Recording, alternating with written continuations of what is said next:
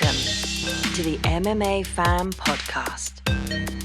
Ladies and gentlemen, I give you Stu and Blake. Hello and welcome to the MMA Fan Podcast. I am Blake Harrison with a fancy new brick wall backdrop here. Love it. And joining me as ever is Stu Whiffin with his, yet again, backdrop for a different podcast that he does because he's keeping it super professional over here on the MMA Fan Podcast. Stu, how are you? I'm all right, mate. I'm all right. So that backdrop, I'm in the office today. Go on, give it a plug. What's it for? Go on. It's just for my Hardcore Listing podcast, and I don't really want to talk about it, but it's me and my co-host Chris, where we get guests in. Sometimes we don't, and we ask them to pick a subject, and we count down the top 5 within it. There you go. But yeah, I'm really gutted that you've debuted your new brick wall wallpaper, and I haven't got my brick wall wallpaper. Because normally I record from the shed. Yeah, I'm sort of glad. I think it would look a bit weird for anyone that's watching this on YouTube. It would look like we're both sort of in the same room, but not. Yeah. It would look really strange. But yeah, so I'm kind of glad. But that will come. Stay tuned. One day it'll be a double brick wall. I love the fact that as much as you've got that wall behind you, it looks great, by the way. Thank you. And I know you've been away. We'll talk about that, I'm sure, when it comes to how you watched the event in the week. And you're looking very fresh-faced and you look like you're rejuvenated and ready for this episode, which is good. One of the things that hasn't changed is you've still got that football shirt in the background, haven't you? Yeah. Yeah, but it's a piece of sporting history. It's a piece of sporting history where I scored the winning penalty at Soccer Aid for England.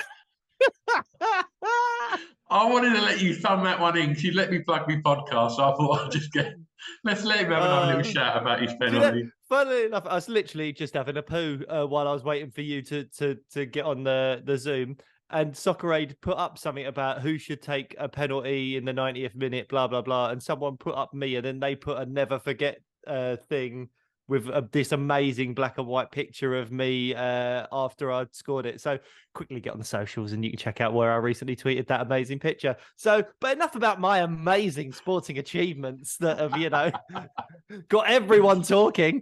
Let's go. Yeah. We're going to talk about the big fights, but just quickly, I don't know too much about it, but I've seen something online just for the nature of his posts that Nathaniel Wood is injured. Yes.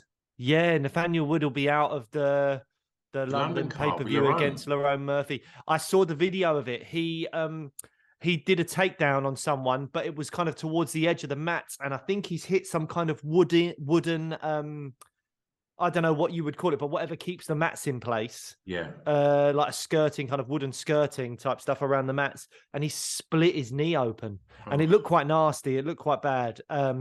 So, yeah, Nathaniel Wood continually with the bad luck at the moment, it seems. Looking so incredible as well. Has been looking great at 145. And him versus Lerone Murphy, as much as I personally would like to see a lot of the British fighters kept separate because I want to just root for one of them, but this would have been a cracking fight, I think. I think Nathaniel Wood, Lerone Murphy, that would have been a really, really good fight. And I think the winner of that had a really good claim to a ranked spot in the featherweight rankings. But there you go. It's just crazy how many Brits we've got doing well at featherweight. I mean, Jack Shaw's going to make his featherweight debut on that London pay-per-view as well. And then obviously Lerone's doing well. Nathaniel Wood's been doing well. Arnold Allen should be the freaking interim champion as far as I'm concerned, if he'd have got that shot. But there you go. We'll get onto all of that. So there. Tell me how you watched it. So I was just in Rotterdam for my wife's birthday and a little bit Valentine's Day as well. And so I woke up on like Sunday morning. Her birthday was a Saturday. Woke up Sunday morning and I was like, "Oh, do you want to watch Volk?" But she's actually a big. They're the words that every woman wants to hear. I know, yeah. Hey, baby, want to watch Volk? But Yeah, but she's actually a big Volk fan. She loved the Ortega Volkanovski Ultimate Fighter series and all that stuff. So she really likes Volkanovski. So she was up for it. And we watched that. But then after that, I had to find pockets of time to watch other fights. So some of it I was watching on like the Eurostar back home with terrible signal. Yair Rodriguez versus Josh Emmett, I was watching like in a spa. In like the hotel spa with like randoms around me, all relaxing, and I was there watching a fight. What an hard life you have. Well, we were on holiday. We were on holiday for my wife's 40th. So there you go. And I think Jack Della Maddalena, I sat down on the toilet having a poo. I watched Jack Della Maddalena. That was a nice quick one. That was good. The fight was quicker than my poo. And that was good. So yeah, just found pockets of time. So I would love to have done this chat. Yeah. Having rewatched Volk Islam, because that's what's going to take up the bulk of our time, I'd imagine. Yeah. Rewatching Volk Islam, I think would be important, but I think we should kind of just see, because we haven't spoken at all about this. So I don't know how you scored it. Quiet on that as well. It's been quiet, yeah. So I don't know how you scored it. Did you score it for Volk or for Islam? Because there's been controversy. We put up a poll actually, and I'm going to get I didn't expect to start with this, but I'll start with it just to give listeners, if you haven't been following us on the social, every now and again, it's Reb. Every now and again, we do a little poll where we ask some questions. I think we might try and start doing more of it. But I put up a poll on Twitter asking, poll on Instagram, sorry, asking who won. And there was like, I don't know, like well over 100 votes or whatever. And 60% of people thought Volk won the fight. 40% thought Islam won the fight. Obviously, the judges gave it to Islam. And I'll tell you another poll afterwards, but let's stick with that. What was your thoughts on the scoring of the fight? Did you agree with the result, or do you agree with 60% of our listeners that Volkanovski won the fight? Right. When I watched it live, so I woke up and watched the two fights that I guess we're going to probably spend most of this episode discussing. I think it's important. Of course, I wanted former guest of the show, Alexander Volkanovski, to win. Of course. And I thought he fought fantastically. Yep. I think people wanted him to win really badly. And me being one of them. And so everything he was doing was being magnified in my head. But when it got to the card, when it got to the announcement, I did think Islam had won. I hadn't broke it down round to round at the time because I was just sort of watching it, in the early hours, and I just wanted to kind of not have any distractions, and I just watched it. And I thought Makhachev done enough, and I don't think Volk done enough to take the championship. Second watch. Oh, you've watched it twice. Good on you. All right, this is what I'm interested in. Go. Second watch, I kind of think that Volk might have took it. It's really? I'm ultimate fence sitting here because I've just said one. Now I'm saying no. But it was a close fight. Yeah, like there are idiots also out think there a lot of calling it was robbery, and it's not a robbery. It's a very close fight. No. So go on. Why do you think Volk won it on a second watch? Because this is what I need to do a second watch. Because I think at first, like when he finished, obviously the fifth round, ground and pounding, it was like literally, I was like, fucking hell, and then it cuts, and there's like Izzy and like, Hooker and that, and they're all high-fiving, and it's like, he's got it. But I had that pang in my belly that he hadn't. I don't think he'd done it. What rounds did you give to Volk on first watch? Right, so on first watch, I was sort of trying to make little notes as the fight was going on. And obviously I've got my wife next to me being like, why is it good that he's switching stances? Why this? Why that? And I'm like trying to sort that out. But firstly, I'd like to say that I was super impressed with both of them. Yeah. I think I both overestimated and underestimated both fighters in different parts of their game. Yeah. And I think Volk's ability, his strength and his takedown defense or ability to get back up most of the time, all that stuff impressed the hell out of me. And I think that's a big part of the narrative coming out of the fight is that people are going, we expected Islam to smush him. And I did a little bit expect that as well, if I'm honest.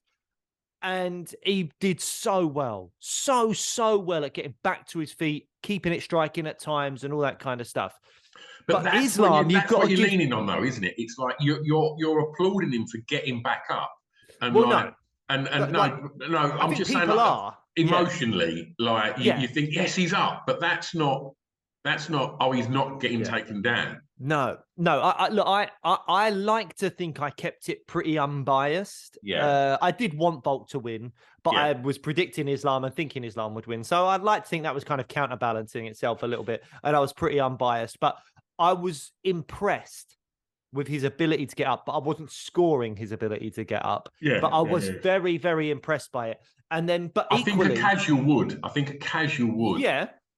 Someone that doesn't know the criteria that well, I think, possibly would, particularly if they were aware of the narrative of the fight going into the fight. Yeah. Then I think they'd be like the crowd in there just going, "Nice, he's got to his feet, yes."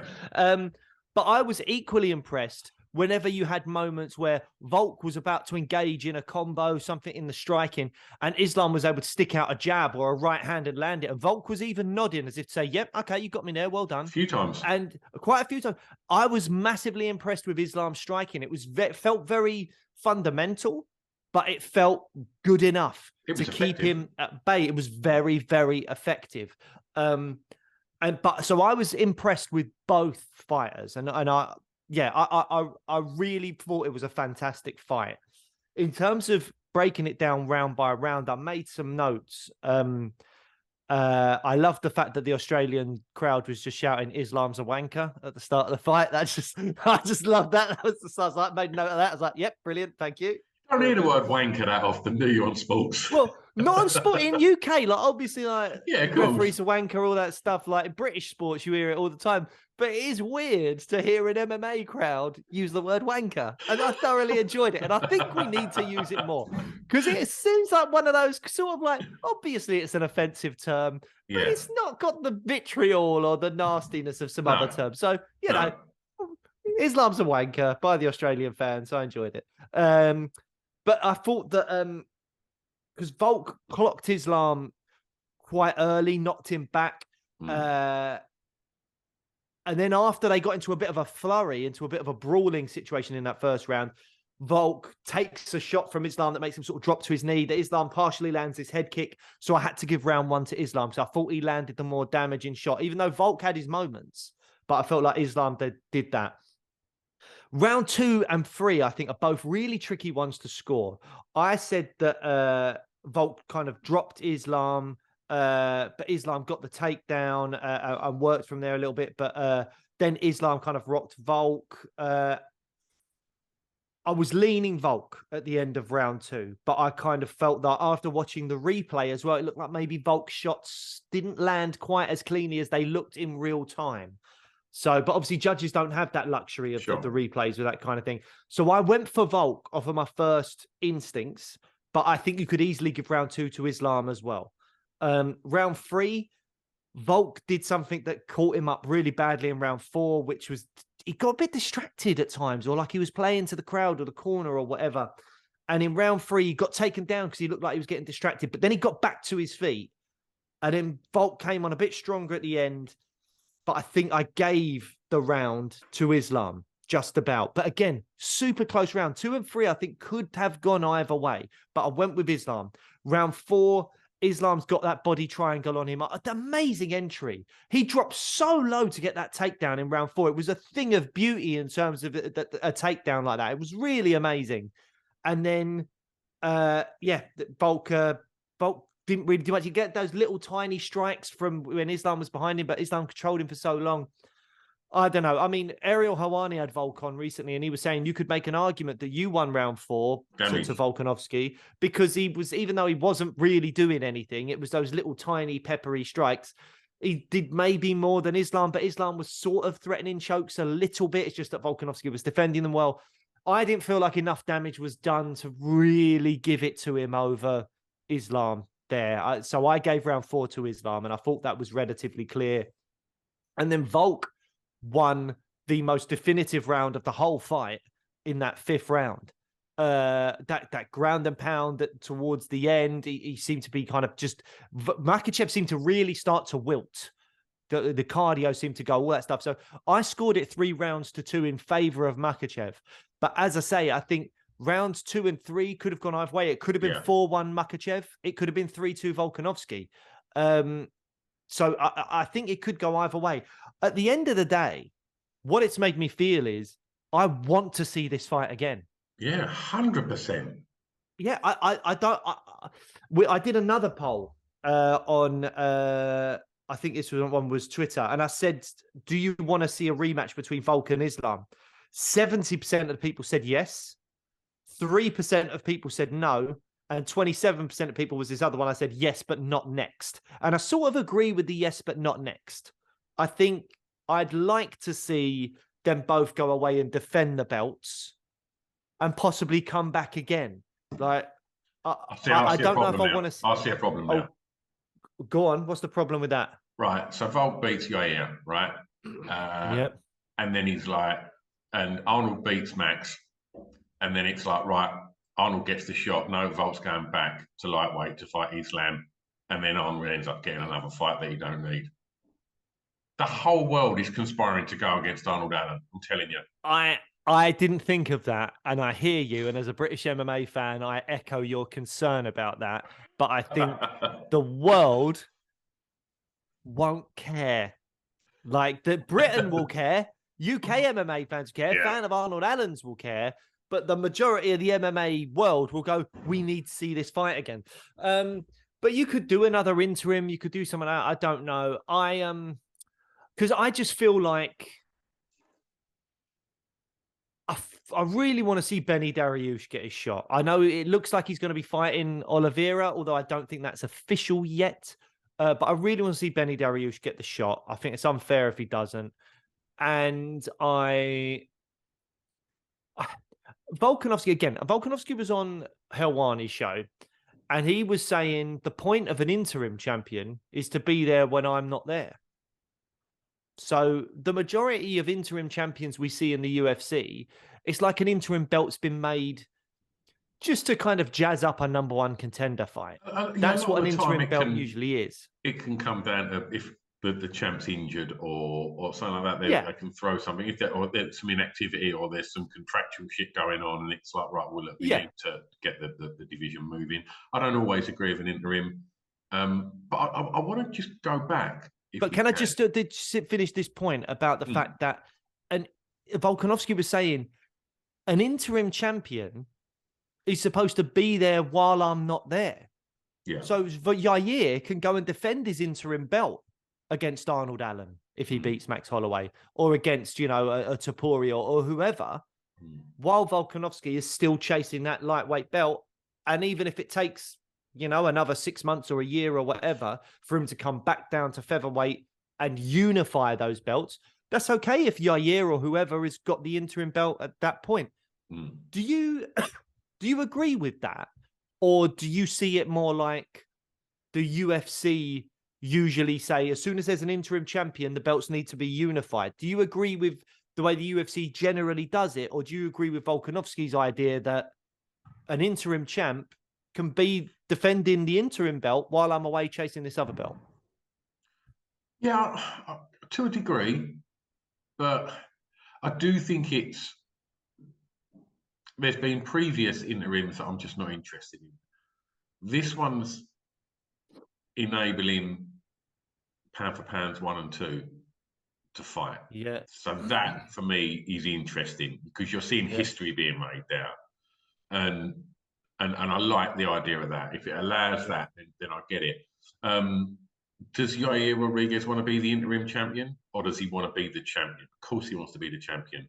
And it's presuming, it's quite presumptuous of Volk to go, well, that's he could just sit and defend that for however long. And it's like, well, No, because his career is as valid to him as Volk's is to him. So I think he, by any rights, you want the gold, you don't want the silver, and the interim is always the silver. And I guess if you're, I don't know, if you're getting older or you're prone to injury or whatever, then do you want to sit around and fight lesser opponents? And I mean that with greatest respect, than Alexander Volkanovski defending a belt that isn't the belt that you want. So it's a weird one, but yeah, the balance is that it's enabling history to be made, and we saw that at the weekend. Yeah. We saw an incredible fight, and yeah. Well, what are your thoughts on that then? I actually sort of agree with Volk. I don't have much of a problem with it. Like, the UFC don't usually do this. They usually, as soon as there's an interim champion, they unify. But I haven't got too much of a problem with, and I don't mean just for this scenario, I mean in general, an interim champion having one or two interim defenses. Because I think in the end, all that would do is build up the unification bout even more. So in a hypothetical world, if Yair now defends this interim belt against, say, Arnold Allen in 5-6 months' time or whatever, if Arnold Allen beats Max Holloway, I'd obviously want to see Arnold Allen win. But let's say, for the sake of this argument, that Yair wins. He's not only won the interim belt, he's then defended the interim belt against Arnold Allen. It just builds up even more. God, we got to see him fight Volk. Yeah. And I actually don't think there's anything wrong with that. I think that just builds the fight more, gains more interest, more people will pay for the pay-per-view and all of that stuff. Because Volkanovski, despite this loss, is, I think, becoming even more of a star. Nothing happened to his stock at the weekend, mate. I think it grew. I love off of the loss. I think it grew. Kept him as pound for pound, and I agree with that. Oh, I don't agree with that. Why do you not? Because he went up and put that pound for pound status on the line, and he got beat. Like, whether you agree, like that, I don't agree with it. Like ESPN have put out their pound for pounds, and they're tied 1-on-1 pound for pound. UFC rankings have still got Volk as #1 pound for pound. For me, I think if you fight each other, you've put that pound for pound status on the line. It doesn't matter that Islam was 10 pounds heavier. You've gone and you've put it on the line, and you lost. So you're now #2, and that guy's now #1.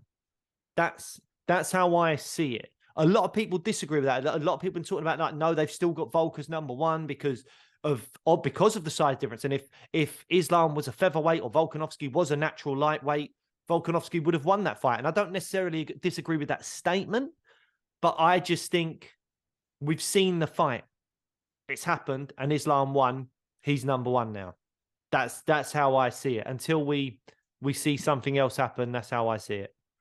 I should also point out that I moaned about how boring Makhachev is as a fighter to watch. At the weekend, to echo what you said about his striking, it wasn't, a mauling bore fest. And so much of that is credit to Volk being able to get up. 100%. 100%. The way that Islam had that body triangle on him, and Volk was there just geeing up the crowd, punching him. He said he was saying to him things like, "Oh, I thought you were going to finish me. You're now just trying to survive, aren't you, you little bitch?" And all this kind of stuff. Like, whilst he's in a body triangle with Islam Makhachev, I'm like, you can't love this guy more after that, surely. Just like, this guy is great. Like, he's there where other people bigger than him, heavier than him, have crumbled under that pressure of Islam Makhachev's grappling. He's there taunting him.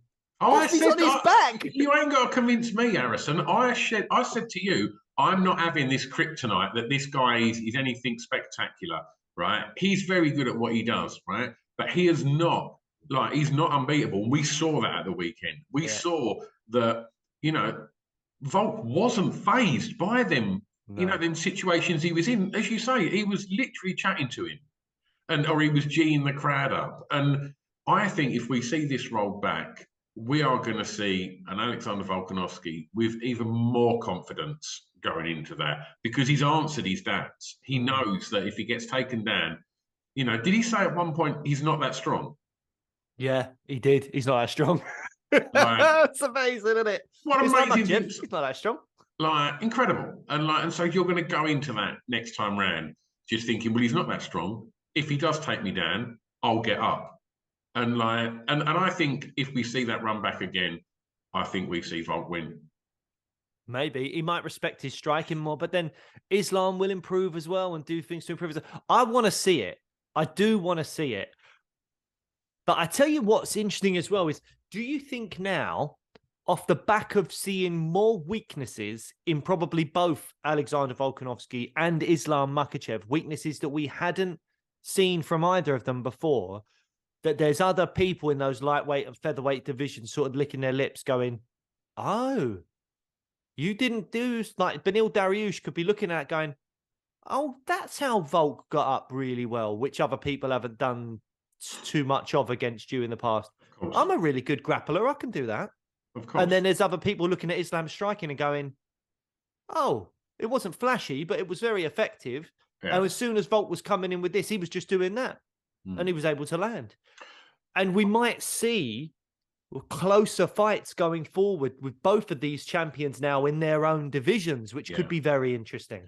He was looking tired, as you said, towards the end. And I thought he looked like shit when he was on the scales, Islam. Like, I thought it was like Conor Mendes. He looked fucking gaunt. He looked like that wasn't an easy weight cut. And I think maybe that paid dividends a little bit. But have you seen what's come out about that? No. The Dan Hooker tweets. No. Dan Hooker's former guest of the show, Dan Hooker. Former guest of the show, Dan Hooker. Right. Check out that episode. He put out tweets saying, Islam Makhachev is a tweet. Did you think you could come over to Australia and get a nurse to give you an IV and we wouldn't find out? And before those tweets even went out, Volkanovski did that Helwani chat. And it was a pre-record. So the tweets hadn't even come out yet. And Volkanovski made comments about Islam using an IV. But Ariel sort of let it go because he wasn't sure what was really going on with it, I guess. But it makes me think there's a bit of smoke here. Could there be a fire somewhere? Islam Makhachev, did he use an IV, which is illegal, before this fight to rehydrate? You're not supposed to. Ever since the Reebok deal, I know we're in the Venom deal now, but ever since the Reebok deal, they brought into place new rules that said fighters cannot use an IV to rehydrate post the weight cut. Ooh. And it looks like the City Kickboxing team believe, I don't know if they've got proper evidence proof, I don't know, but there's a lot of talk about Islam using an IV prior to the fight after the weight cut, which would be illegal. I mean, he looked like shit on them He scales. did look like shit. He really did. Yeah. There you go. Well, that's interesting. I missed this. Yeah. And absolutely, if they, have got legit reason to believe that happened, stoke that fire. Get that looked at, because it's cheating. It's cheating. I mean, if it was to be found that he definitely did do it, I'd strip him of the belt. But you can't do that. You cannot do that. Like, if that's the rules that are in place, if you've been found guilty of breaking those rules, however silly they might be, I don't know whether it's silly that you can't just use an IV. I don't know why not. But those are the rules that are in place. Yeah. It gives you an unfair advantage to have used an IV. Yeah. If we found out you've won the belt or retained your belt after doing that, sorry, mate, you're no longer the champion. You're stripped. Belt is vacant. But again, we'd have to see evidence of this. Yeah. We don't know if there's evidence yet. I think what is evident is the fact that Alexander Volkanovski is a superstar now. And like you say, you could not love him anymore. The fact that he was getting the crowd to stop booing when they were booing Makhachev at the end. He's just he's everything you want in a champ. And just always king, loads of charisma, loads of chat, super fair, super kind, and I'm Team Volk all day long, and continue to do so. And I'd love to see that roll back, but I'd also Do I want to see Volk versus Yair Rodriguez? I don't know. Yair Rodriguez looked fucking incredible. I really want to see that fight. Mm. I cannot wait. Like, to be honest, I was like, yeah. And I will be the first, and I'll stand by everything I said about Yair Rodriguez prior to this fight. I don't felt like he earned that shot. Yeah. He was like, we went through his last 6 fights was something like 3-2-1. The last win over Ortega was a weird injury. Before that was the loss to Max. The zombie fight, he was losing until that amazing knockout. Like, all these things. He made that moment count, though, didn't he? No, and he didn't deserve the fight over Arnold Allen, which we've discussed ad nauseum on this show. But he performed amazingly well against Josh Emmett. Josh Emmett couldn't live with the diversity of striking that Yair was throwing out there. He just didn't know what shots were coming next. Those naughty little close-in elbows, along with spinning attacks and all sorts of other things, flying knees. Josh Emmett just couldn't handle it. I mean, he ate a kick to the body that looked like it might have broken a rib. The welt that come up was so bad. It was so powerful. I know you was watching it in like a toilet in a hotel or wherever you was. The noise that kick made was horrific. And props to former guest of the show, Josh Emmett. Like, lovely guy, and he could take a shot, but he looked a bit lost in there. It looked like what Yair Rodriguez was doing was really dynamic, and the movement was amazing. That, as you say, the variance of strikes was just insane. It was just like, what's next? And it's so quick as well. And this is Josh Emmett. This is no joke. Like, this is Josh Emmett fighting, and rightfully fighting for that interim. And he just looked completely outgunned and out of his depth in every element of that fight, unfortunately. Yeah, I mean, even when he got that flying knee and was able to take him down off the back of it, and once he got down there, I mean, Yair still got that submission. Was it his first ever UFC submission or something like that? I'm not sure, but he got that triangle choke. Triangle, didn't he? But yeah, it was really it was it had to be a performance like that to get me in any way interested in him fighting Volk, because I felt like Volk was levels above Yair Rodriguez in terms of his all-rounded ability. But that performance made me go, oh, maybe I would be interested in seeing Yair Rodriguez versus Volkanovski. So, yeah, but equally, I am hoping, as much as I love Max Holloway, that Arnold Allen beats Max Holloway. If they work out something with this lightweight belt and they think they do need to redo Volkanovski, Islam Makhachev, which I don't think they will, not right away. I don't think they'll do it. I think they've got their own business in their own divisions now. But if Yair were to fight Arnold Allen, say, I'd be up for watching that as well. Yair has made me interested, and he's made me interested in him as an interim champion if he were to fight other people, or as a challenger to Volkanovski. I'm interested either way now. I think... Go on. What if you're the UFC, right? So you're going, right, so we could have Islam versus Beneil, or... I did see the name Dustin Poirier mentioned, actually.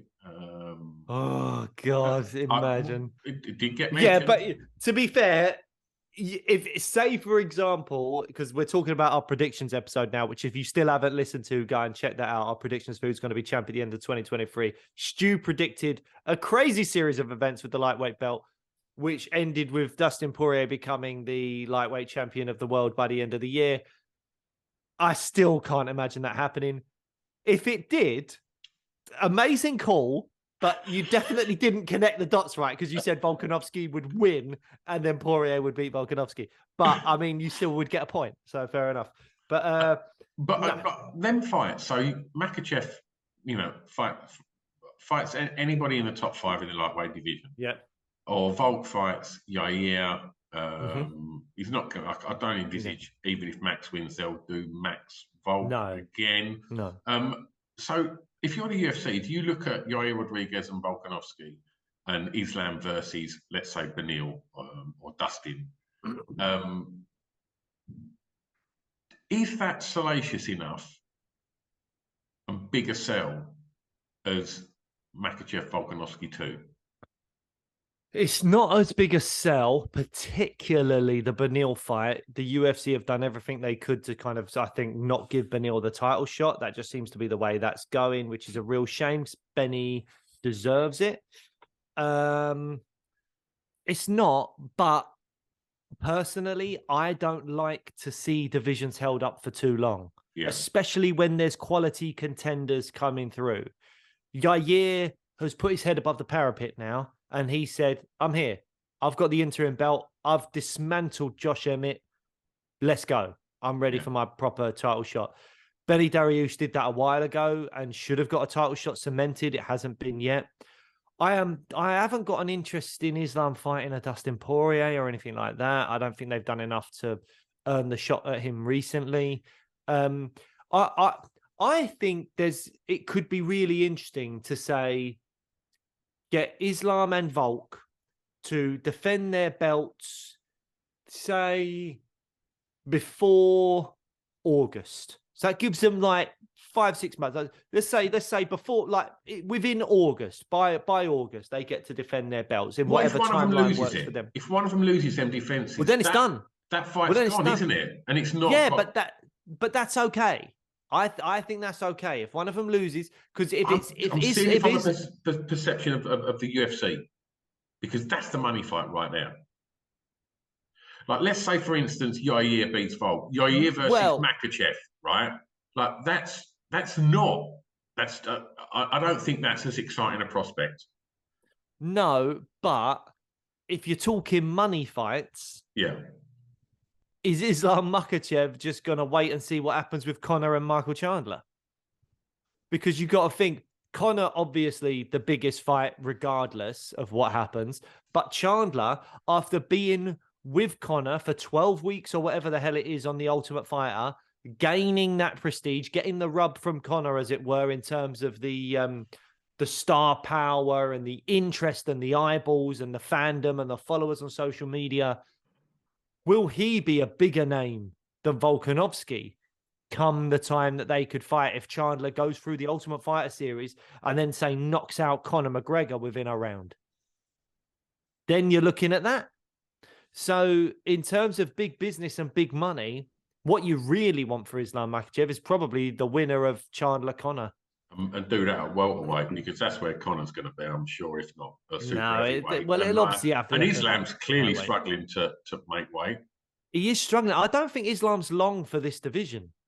I think, but the other thing is, what's interesting is, I think the lightweight belt has only been defended a maximum of about 3 times. I think Khabib, I reckon.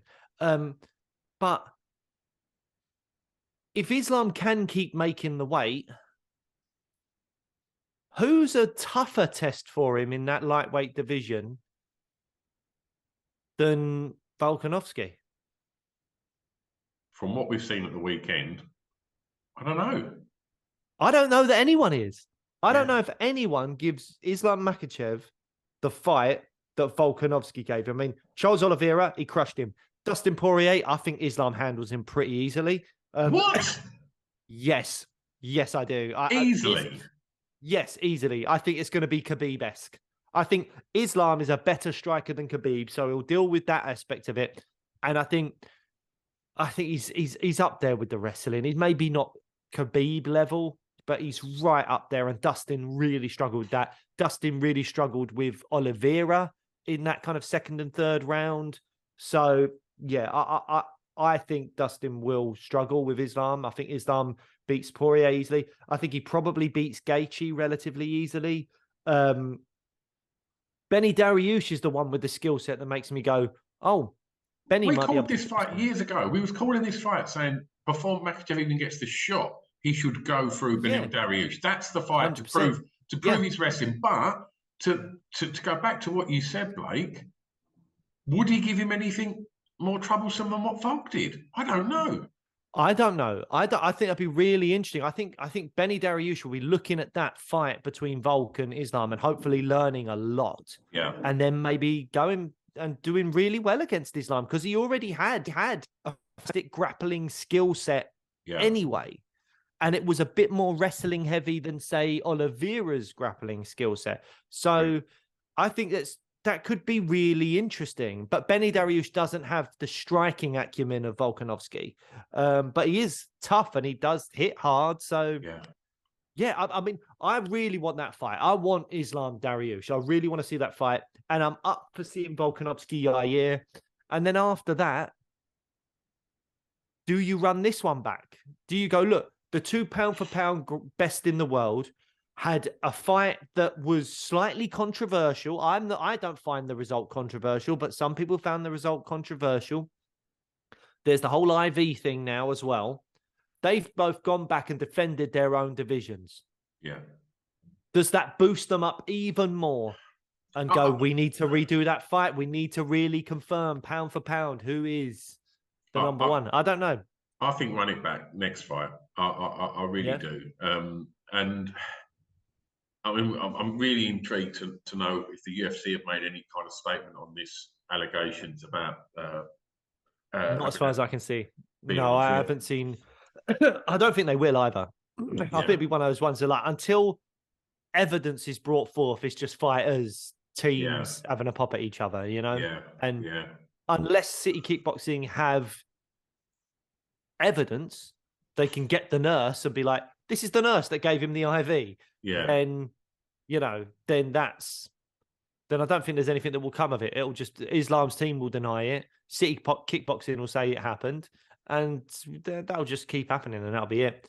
In terms of, unless there's anything more you want to say about those top two fights. No, I don't think so. The story for me outside of those top two fights was Jack Della Maddalena. Absolutely destroyed Randy Brown. And Randy was doing really well for the first couple of minutes or whatever of the fight, using that range. I love Randy Brown's style. It's so leisurely. It's so... It's just technical. It's really great. But what I predicted before the fight was that Jack would put the pressure on him and would close that distance and come forward, and that would see Randy crumble. It took a couple of minutes, but that is sort of what happened. I just thought it would happen right from the off. But Jack, when he landed, he folded him.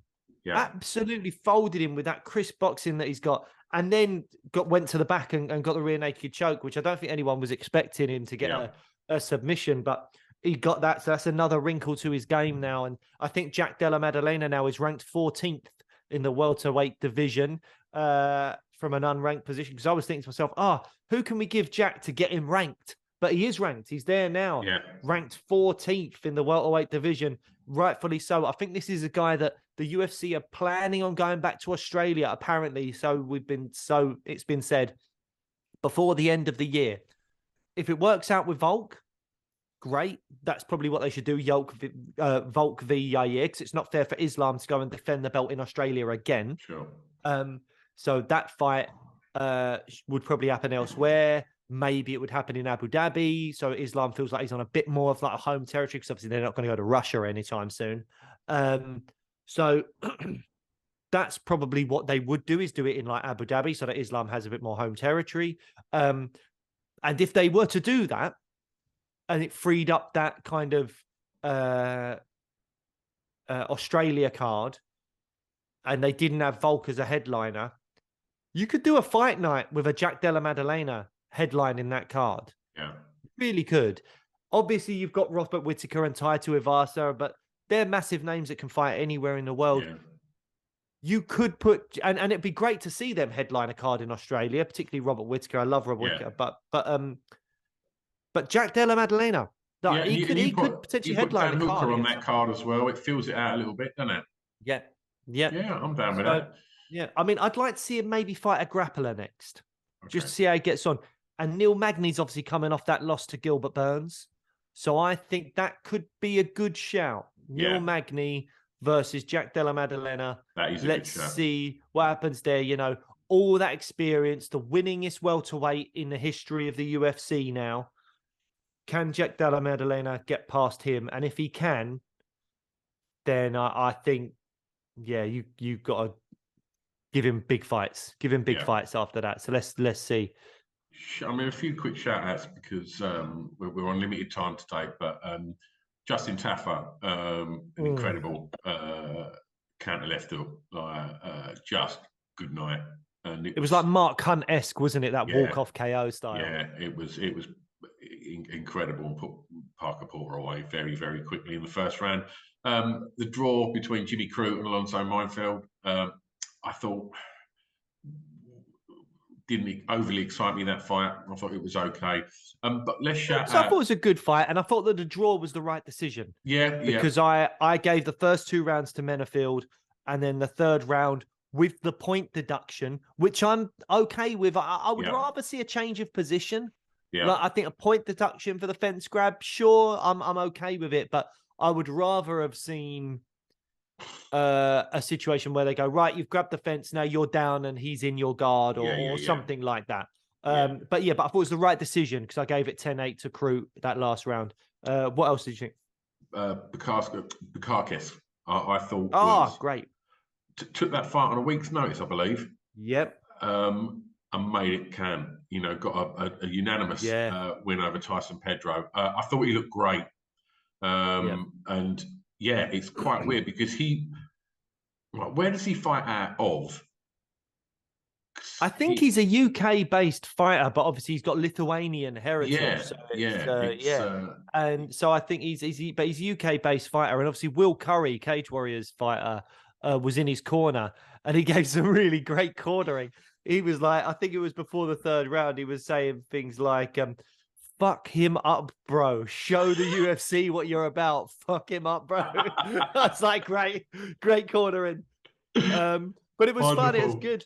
And I'm really, really happy for Modestas there because, he had that bad injury in the Roundtree fight, was released, gone back to Cage Warriors, won a few fights in Cage Warriors, as you say, a week's notice to fight Tyson Pedro, who was on a bit of a roll since coming back after a few years. He's had 2 wins on a bounce. And he's come back and he's done the business, and he's won in foreign territory when he was the enemy against the hometown boy.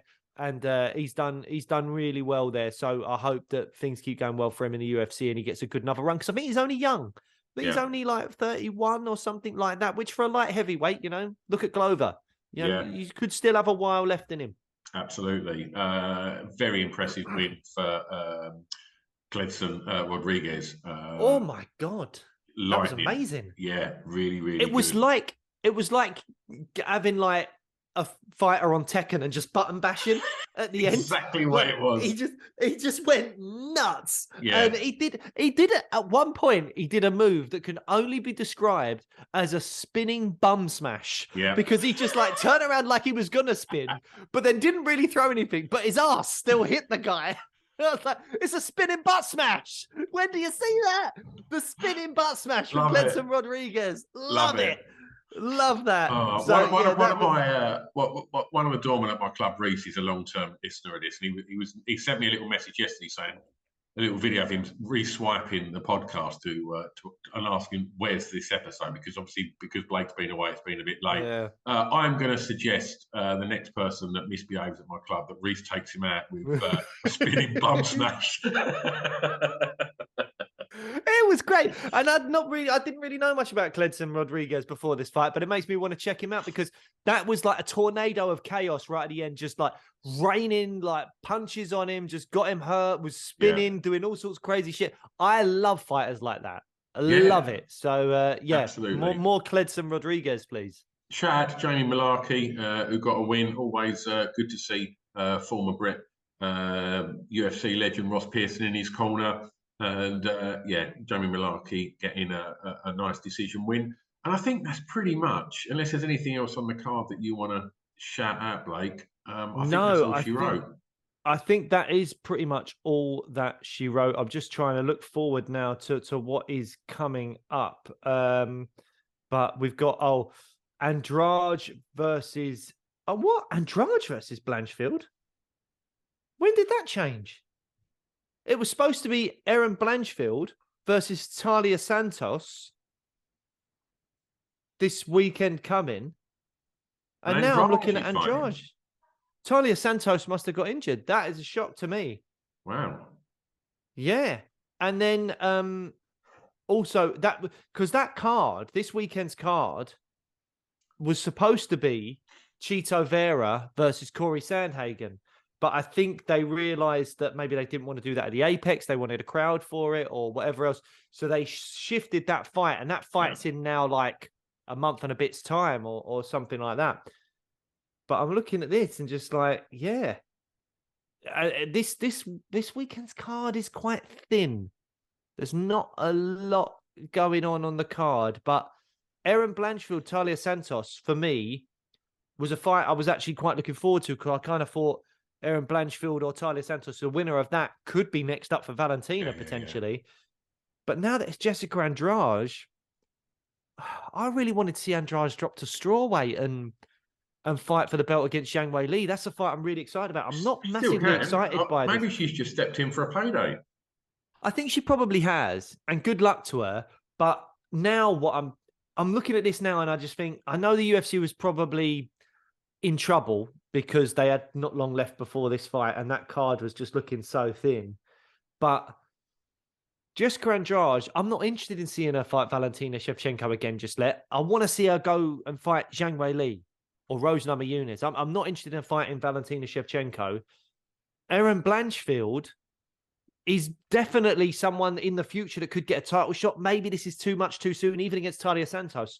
But was it Blanchfield that went through Molly, wasn't it, the last fight? Yeah, it was, yeah. And look, she looks fantastic. And if she beats Santos, you can give her a title shot. If Santos beat Blanchfield, Santos, given the really close fight she had with Valentina Shevchenko, she could get the title shot. But if Andrade beats Blanchfield, you've stopped a contender that has got loads of time to come back, but you're not really getting much from it because I'm not that interested in Andrade versus Shevchenko. I'd rather her pop down. So I'm not overly into this fight. I was more into it when it was Santos, but obviously injuries happen and the UFC had to act quickly, I guess. But yeah, not overly keen on that. The biggest fight coming our way for a while, because the week after that is Krylov Span. Sure, it's okay. It's nothing to write home about.